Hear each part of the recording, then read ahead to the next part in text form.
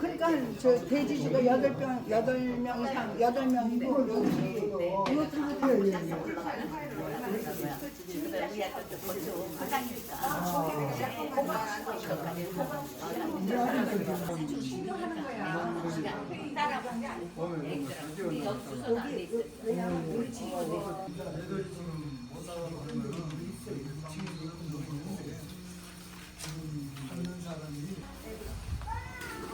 안녕하세요. 이원우입니다. 예, 이 집 주인이고요. 방 나오신 분이 몇 분 오셨어요. 인사 한번 드리겠습니다. 예. 남성빌라에 계시는 한부식 하나님께서 나오셔가지고 우리 역세권 개발에 대한 간단한 설명이 있겠습니다. 반갑습니다. 안녕하십니까. 저도 같이 계시는 분들하고 똑같은 취지로 이 동네에 한 20몇 년을 살고 있고, 처음에는 이런 계획이 없었는데 오다가 보니까 재개발 얘기가 나와서 딴 데 이사도 못 가고 지금 미래에 남아가지고 지금까지 버티고 있는 사람 중에 한 명입니다. 카텔에서 보면은 사업을 하기 전에 여러 루트로 충분한 얘기들이 많았었죠. 처음에는 지역주택자, 그 다음에는 또 임대사업이다, 그 다음에 또 가로 정비 사업이다. 그래가지고 사업 추진을 한다는 충분한 얘기들이 오고가고 많았었습니다. 그러다 보니까 우리 주민들이 이제 전부 다 그 4분 5분이 돼가지고 이 소리가 맞는지 저 소리가 맞는지 분간이 안 됩니다. 지금 그 지경에 지금 있다 보니까 우리 시주들이 순수한 마음에서 추진하고자 하는 이 사업도 상당히 늪에 빠진 같은 좀 진척이 잘 우리 예상했던 만큼 안 되고 있는 것이 또한 현실입니다.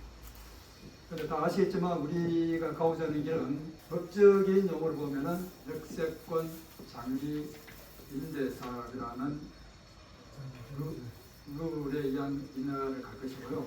법적 백그라운드는 주택법에 의한 시행사업입니다. 한마디로 뭔 얘기냐, 시주들이 내 집을 걸고 다시 짓는 겁니다. 쉽게 말하면 이거 외에 다른 도시 정비법이라든지 모아주택이라든지 가로 정비 사업이라든지 이런 형태의 인허가를 가면은 쉽게 말하면 한 집에 한 개의 아파트만 주는 그런 형태가 되고요. 저희들이 하고자 하는 것은 자기가 갖고 있는 땅 내지 건물에 대해서 감정 평가를 해서 자기가 처음 투자한 금액에 비례해서 아파트가 2채 내지 3채도 줄 수 있는 그런 시스템이라고 이해하시면 되겠습니다.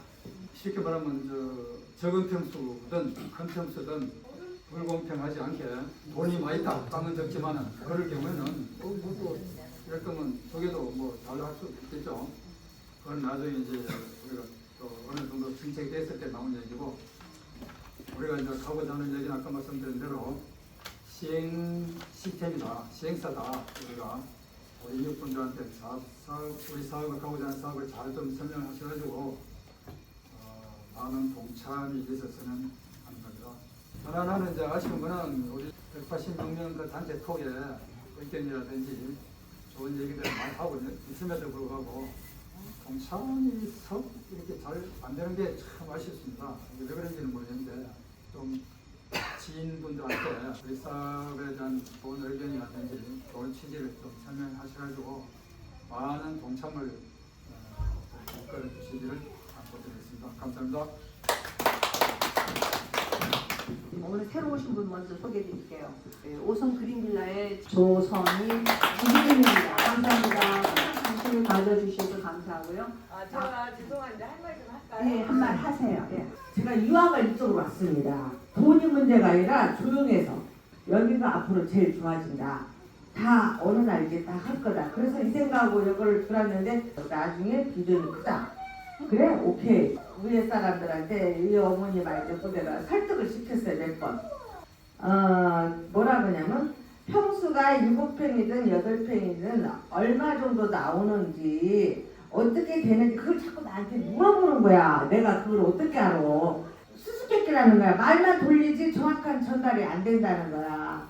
근데 저쪽 있는 사람은 정확한 전달을 해준다는 거죠. 그러면 내가 이걸 칠 때는 내가 몇 평에서 내가 어떻게 했거나 그 정도는 이 사람들한테 해줘야지 그건 대답이 나오는 것 같아요. 나하고 가까운 사이도 그 말을 또 하더라고 이번에 또. 근데 내가 모르잖아요. 근데 저도 이거 사모님 말 듣고는 바로 해주려고 그랬어요. 거기서 하는 사람이 상민이 엄마 해주면 우리 식구가 아니라고. 우리 식구가 아니라는 거야. 왜 그렇게까지 됐는가? 난 궁금해서 사실 오늘 왔어요. 아 이게 왜 그렇게까지 많이 나오지? 그래서 처음에는 난 그런 생각을 안 했어요. 왜 안 오냐 그랬더니 답이 없대. 이렇게 답을 말을 해주면 금방 소문이 나죠. 이것만 내 소리만 내주세요. 소리만 내주세요. 안 됩니다. 그건 막 어떤 분이 막 싸우고 그러더라고. 아 이거 오래 가겠네. 저는 그걸 느꼈어요. 자, 제가 명확하게 답변을 드리겠습니다. 네. 우리 지역이 다른 지역처럼 재개발, 재건축이 지금까지 안 된 이유 첫 번째, 우리 지역은 정비계획 구역이, 가로 구역이 매우 잘 되어 있는 곳입니다. 맞죠? 네. 어르신. 맞아요? 골목 구획이 잘 되어 있는 거 맞나요? 아니 잘 된 동네라니까. 우리 지역 아니에요? 구획이 잘 되어 있는 동네예요? 자기들끼리만 잘 됐지. 내가 노크를 해보니까 이게 아니라 네. 길이랑 우리 강의동에 골목 구획이 잘 정비가 되어 있는 곳이죠. 우리 동네는. 아 당연히 그래서 제가 네, 오성을 했죠. 그렇습니다. 그리고 그냥 사람이 아니에요. 우리 동네에 2층 이하의 건물의 비율이 얼마나 됩니까? 저는 그런 거는 거의 없습니다. 대부분이 3층 이상이고 5층짜리의 빌라가 대부분입니다. 맞습니까? 그게 맞죠, 그것도요. 네. 그런 경우에는 딸이 틀려. 아니 구조로 들어가야 돼. 그런 경우 우리 지역의 땅에 우리 지역에 건물이 들어가 있는 그 모습 그런 경우에는 정비 계획으로 재건축이나 재개발을 하는 것이 불가능합니다. 왜 불가능하냐? 나라에서 허가를 내주지 않기 때문입니다.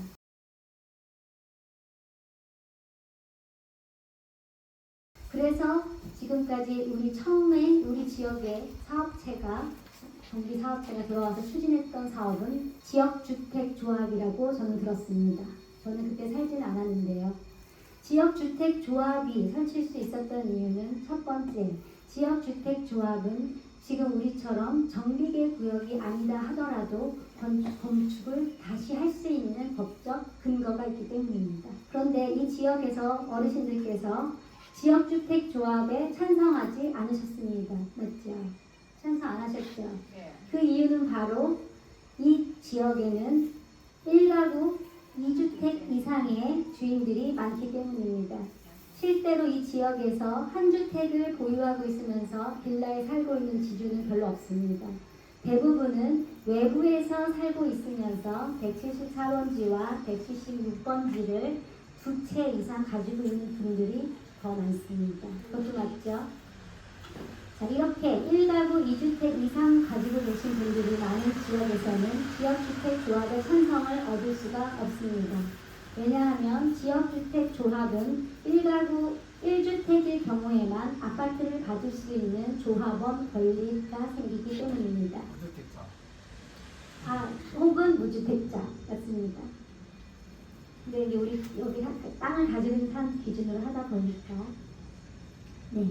그래서 지역주택조합이 추진될 수 없었습니다. 두 번째는 민간임대주택이 들어왔습니다. 민간임대주택이 들어온 것도 지역주택조합과 마찬가지 똑같은 주택법이라고 하는 똑같은 법률의 근거를 가지고 추진할 수 있는 방법입니다.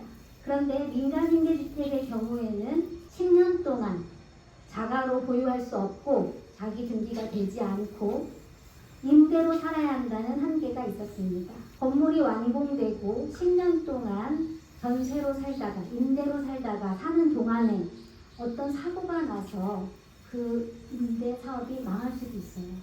그러한 불확실성이 높기 때문에 지주들이 찬성하지 않았습니다. 맞습니까? 네, 이것도 맞습니다. 자, 그리고 나서 이제 주민들이 스스로 지역주택조합도 안 되고 임대주택도 안 되니 우리는 그럼 가로주택을 합시다. 해서 가로주택을 추진하였습니다. 그런데 가로주택은 174번지 한 블록, 175번지 한 블록, 176번지 한 블록 이렇게 골목을 남겨둔 채 각각 소형으로 개발할 수밖에 없었습니다. 맞죠, 이것도요? 네. 그러면 한 블록당 약 100세대 정도의 아파트를 건립할 수 있었습니다. 그렇기 때문에 이렇게 되게 되면 이미 5층짜리 건물을 가지고 있는 대지주들이 찬성하지 않습니다. 그래서 가로주택 정비 사업이 추진될 수 없었습니다. 맞습니까? 네. 네. 지금 우리가 모여있는 이 자리는 작년 2023년 10월 15일 날 이러한 세 가지 사업 형태의 문제점의 한계점, 이러한 세 가지 사업의 한계점을 돌파할 수 있는 방법을 주민 스스로 찾아 나서고자 연 스터디 모임에서부터 지금 이 자리가 시작되었습니다. 그래서 소지주들의 입장에 대해서 이야기를 듣고 그리고 대지주들의 입장의 이야기를 들어서 이 두 그룹 간의 간극을 줄일 수 있는 방법을 찾을 수 있었습니다. 그 방법이 바로 역세권 장기 전세 주택 사업이었습니다. 그런데 지주들이 잘 모르는 것이 있습니다. 무엇이냐? 재개발 재건축이다라고 하면 모두 다 똑같은 건 줄 알아요. 제가 다시 설명드리겠습니다. 한 번 더 강조드리는 게 첫 번째 추진했던 사업 지역주택조합 주택법으로 진행하는 겁니다. 두 번째 민간임대주택 사업 주택법에 등장하는 겁니다. 지금 우리가 추진하고 있는 역세권 장기전세 주택사업 마찬가지로 주택법에 근거하여 추진하는 겁니다. 우리 지역은 정비 계획으로는 개발될 수 없다고 처음에 말씀을 드렸습니다. 그러면 가로주택 정비사업은 왜 안 되나요? 라고 질문하실 수 있을 거예요. 가로주택 정비사업 가능합니다. 그런데 한 블록, 각각의 블록으로밖에 개발을 할 수 없었습니다. 그러나 역세권 장기전세 주택법으로 근거하여 개발을 할 때는 세 블록을 통합해서 한 단지의 아파트, 즉 700세대에서 1000세대 이하의 30층 이상 높이의 건물을 500% 용적률까지 허가를 받을 수 있는 길이 열렸기 때문에 지금 우리는 이 사업을 추진하려고 하는 것입니다. 여기서 또 차이점이 있습니다. 지역주택조합은 사업체가 정비사업체가 대행하여서 추진하였습니다. 두 번째, 민간임대주택 사업 또한 대행사가 계획해서 추진했습니다. 그러다 보니 그들은 정확한 어떤 계획을 가지고 아파트를 한 채 주겠다, 두 채 주겠다 이런 말들을 날릴 수 있었습니다. 그렇게 할 수 있었습니다. 그런데 결과는 어땠죠? 아무것도 이루어지지 않고 시간만 벌었습니다. 가로주택 정비사업 또한 가로주택 정비사업을 추진하기 위한 법안에서 마련한 프로세스를 따라가다 보면 정확한 어떤 계획서가 없이는 주민 동의서를 조합 설립 동의서를 걷는 것이 불법으로 되어 있습니다. 그래서 간이로라도 사업 계획서를 비용을 들여서 장선아 씨의 말에 의하면 900만 원의 비용을 들였다고 하였고 나머지 900만 원의 비용은 정비업체에게 외상으로 하였다고 하였습니다. 그리고 정비사업을 추진하게 되면 그 900만 원의 빚을 조합이 설립된 후에 갚겠다고 했고 그때는 그 정비업체와 계속 일을 해나가야 된다고 말했습니다. 이거는 동영상에 올려도 됩니다. 왜냐하면 제가 직접 들은 얘기니까요. 그리고 장선아 씨가 항상 하는 얘기니까요. 자, 그렇게 해서 프로세스상, 법적 프로세스상 그런 정비업체의 계획서를 받아서 책자를 받아서 조합 설립 동의서를 받기 시작했으나 낮은 사업성 때문에 3층 이상 혹은 5층 이상의 건물주들의 동의를 전혀 받지 못하였습니다. 이 얘기는 무엇이냐? 가로주택 정비 사업을 할 수는 있지만 추진할 수는 있지만 조합 설립은 불가능하다. 즉 이 사업 또한 불가능하다는 뜻입니다. 자, 그러면 지역주택 조합과 임대사업과 가로주택 정비 사업을 이런 문제점을 왜 한성 백제 역세권 개발에서는 이것을 왜 극복할 수 있느냐 하는 문제가 나올 것입니다. 우리가 극복할 수 있는 방법은 지주 시행 직접 시공 방식이기 때문입니다. 이것은 어떻게 하는 거냐면 지주들이 먼저 특별계획 지정 동의서를 취합하는 것이 가장 첫 번째 단계입니다. 사업 아까 말씀하셨듯이 정확한 내용을 알려줘야지 동의서를 쓰겠다라고 하시는데 그렇게 하시면 평생 가도 여기는 아파트로 개발되지 않습니다.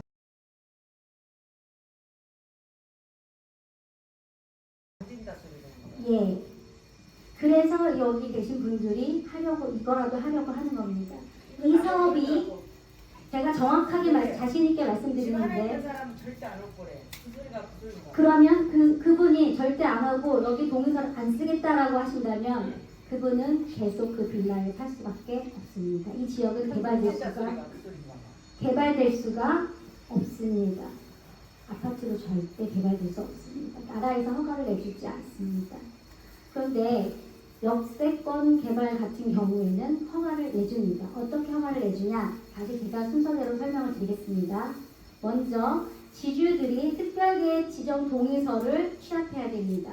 50%를요. 그런 다음에 지주들이 이곳에서 역세권 장기전세 주택 추진을 원한다. 지주들의 뜻이 보여져 있다. 라고 하는 명확한 서류가 있을 경우에 지금 저희가 이렇게 동의서를 리스트업을 하고 있는데요. 이런 서류가 동의서를 모은 경우에 이 서류를 가지고 두 번째 단계에 돌입합니다. 두 번째 단계는 여러분들은 바로 동의서를 가지고 구청에 들어가시는 줄 아는데 그게 아닙니다. 구청 동의서를 50% 걷었다고 해서 구청에서 서류를 받아주는 것이 아닙니다. 건설 면허를 가지고 있는 혹은 시행 면허를 가지고 있는 국토교통부 장관 등록 사업체 리스트업을 찾아가서 우리와 함께 지주들과 함께 건물을 지을 용의가 있는지를 물어보고 그 업체와 전략적 제휴를 맺게 됩니다. 그리고 그 회사가 그 기업이 이 지역에서 주택법을 근거로 역세권 개발을 추진하게 됩니다. 그렇게 그 업체를 찾게 되면 그 업체가 지주들의 요구를 듣고 그 지주들이 원하는 모양의 디자인의 아파트를 설계하게 됩니다. 그렇게 설계가 된 다음에는 여러분들에게 사업비가 총 얼마이고 각자 몇 평당 몇 평을 어떤 아파트를 받을 수 있는지 아파트의 전반적인 설명을 분명하게 드릴 수 있습니다. 그런데 주민들이 뜻을 모으지 않으면 그 어떤 기업도 그러한 설계도를 주지 않을 겁니다. 아까 저쪽에서는 정확한 것을 보여준다라고 했는데 지금까지 이곳에 들어온 사업체들 다 정확한 조감도와 정확한 사업 계획을 말하지 않은 업체 있었습니까? 네. 다 하나같이 자기 계획은 정확하다고 주장하였으나 20년 동안 아무것도 이루어지지 않았습니다. 그래서 우리 지주회는 현실적인 방법을 가지고 지금 이렇게 추진하고 있는 겁니다. 사업체들은 아까 정확한 지적을 하신 거예요. 이회원님께서 사업이 된다는 것 장점만 얘기하지 불가능한 부분에 대해서는 얘기를 안 해요. 그리고 그들은 그 사업을 추진하는 과정에서 이미 돈을 빼먹고 갑니다. 돈을 벌어가요. 우리는 그 시간이 버려지는 그 시간이 곧 돈입니다. 그래서 지금 과거에 했던 그 방식과 지금 현재 하려는 그 방식의 가장 큰 차이점은 이겁니다. 지주가 직접 시행자가 된다는 겁니다. 한마디로 내 땅에 내가 집을 짓는 겁니다. 집 지어보셨죠? 집 새로 지어보셨죠? 집 지을 때 대행사에 맡기셨습니까? 직접 시행하셨나요? 네, 직접 시행하셨어요. 집 지을 때 직접 시행하셨나요? 대행사 맡기셨나요? 직접 했어요. 누가 지었나요? 건설사가 지었죠? 직접 시행하신 거예요. 즉, 내 땅에 내가 짓겠다는 겁니다. 그런데 국가에서, 서울시에서 허가를 해주는 방식이 한 필지에서 한 사람의 지주가 5층까지 짓는 거에 대해서는 허가를 내줍니다. 재건축을 하라고 허가를 받으셨죠? 지을 수 있으셨죠?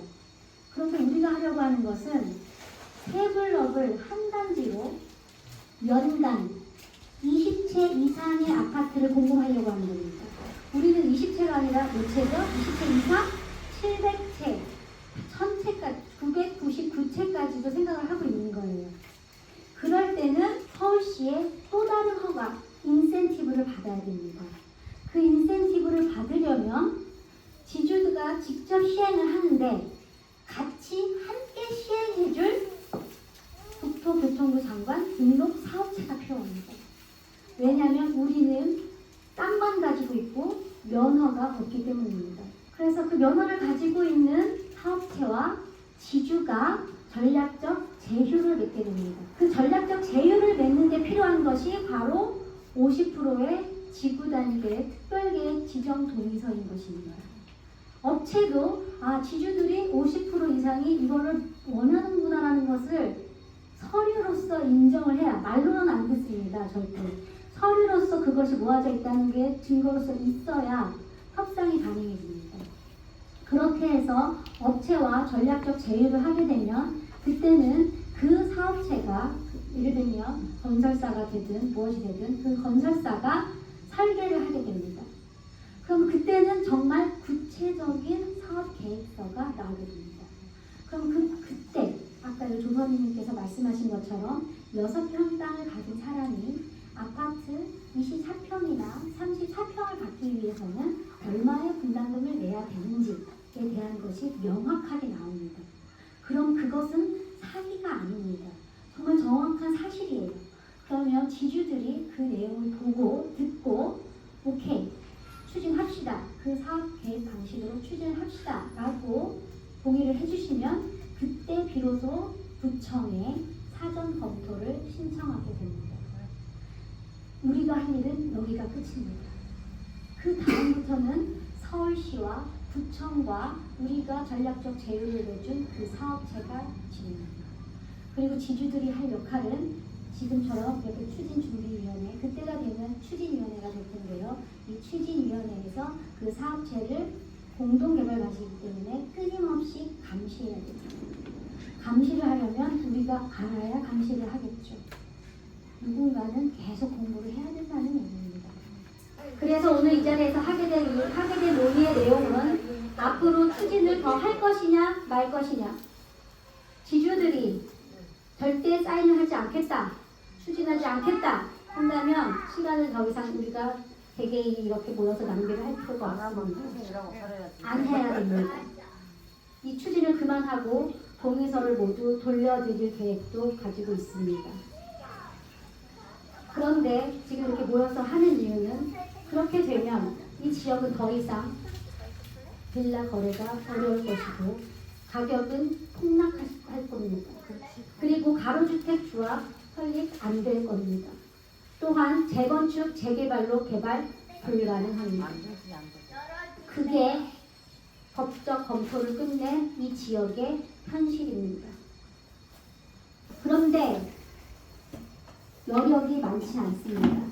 이미 연세들이 70세, 80세 이상 되었고 처음에 우리가 작년 10월 15일부터 이 스터디가 시작되어서 5월 19일 날 처음으로 한성백제 역세권 개발 지주회라는 모임으로 결성돼서 이렇게 동의서를 거둔 지 약 5개월이 되었습니다.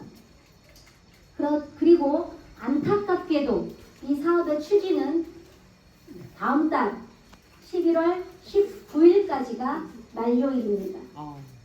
왜 만료일이냐?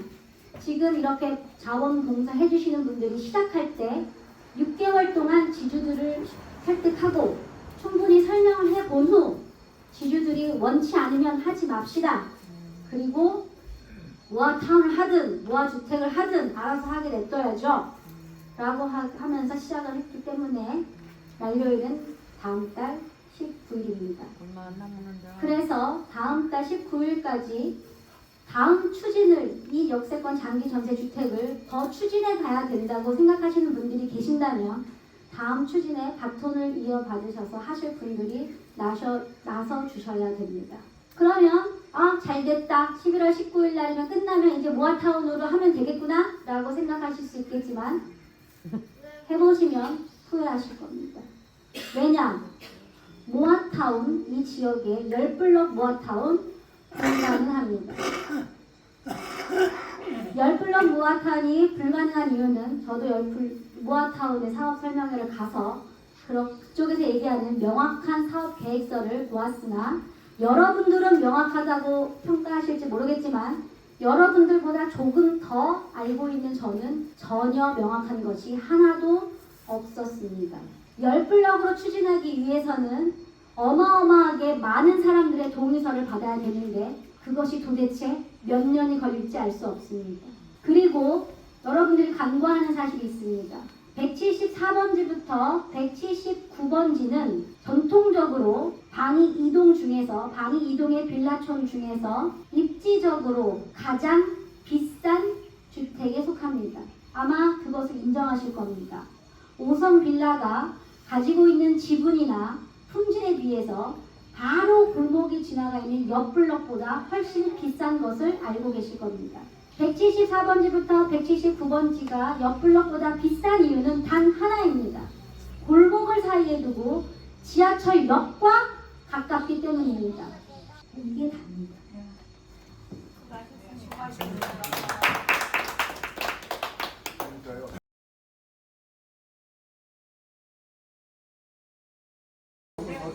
몇 개만 주십시오.